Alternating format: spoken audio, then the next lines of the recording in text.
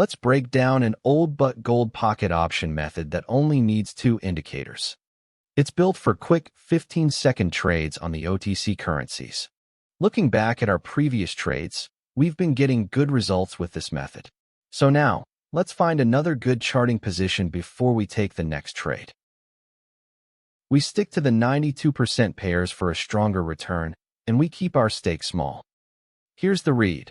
When the DeMarker climbs to its upper level and the 2 moving averages cross, we trade with the trend. Everything lines up to the upside here, so we go higher for 15 seconds. For now, let's wait for our result. And a quick tip, it's better to practice on a demo account first, before you trade for real. And there's the result.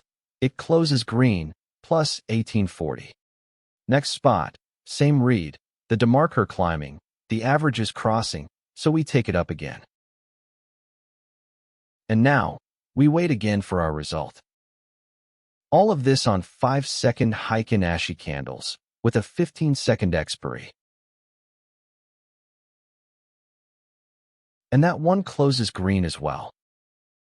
One more to the upside, DeMarker at the top, the 2 averages crossing together.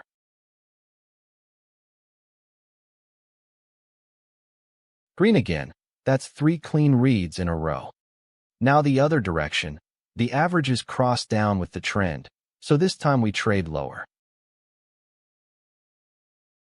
But let's be honest, it's a 50-50 market.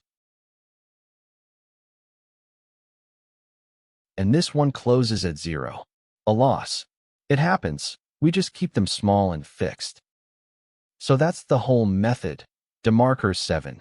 2 moving averages, 5-second Heikin Ashi candles, 15-second trades, always in the direction of the trend. A quick reminder as these keep running.